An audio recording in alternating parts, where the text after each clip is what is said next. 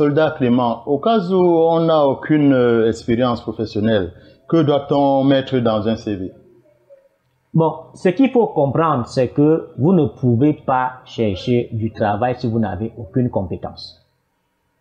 Si vous n'avez aucune compétence et que le recruteur veut quand même voir votre CV, et on a dit que même ceux qui ne sont pas qualifiés, venez avec les candidatures, reprenez donc l'exercice que je viens de citer tout à l'heure concernant le domaine de compétences et allez analyser dans ce que vous avez eu comme enseignement, que ce soit à l'université, dans une formation professionnelle, les unités d'enseignement qui étaient pratiques et qui ont un lien avec le poste à pouvoir.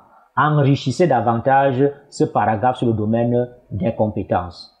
L'autre astuce, c'est de vous servir de vos stages en entreprise pour faire prévaloir cela comme des expériences de travail.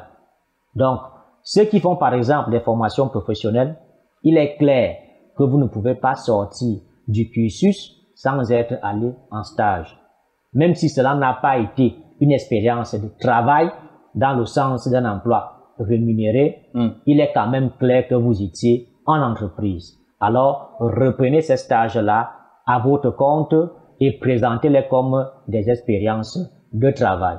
Ceux qui n'ont ni expérience de stage, ni domaine de compétences doivent seulement rentrer dans une école de formation ou dans un institut pour chercher une compétence rapportant à un métier. Sinon, ce sera difficile de s'intégrer facilement.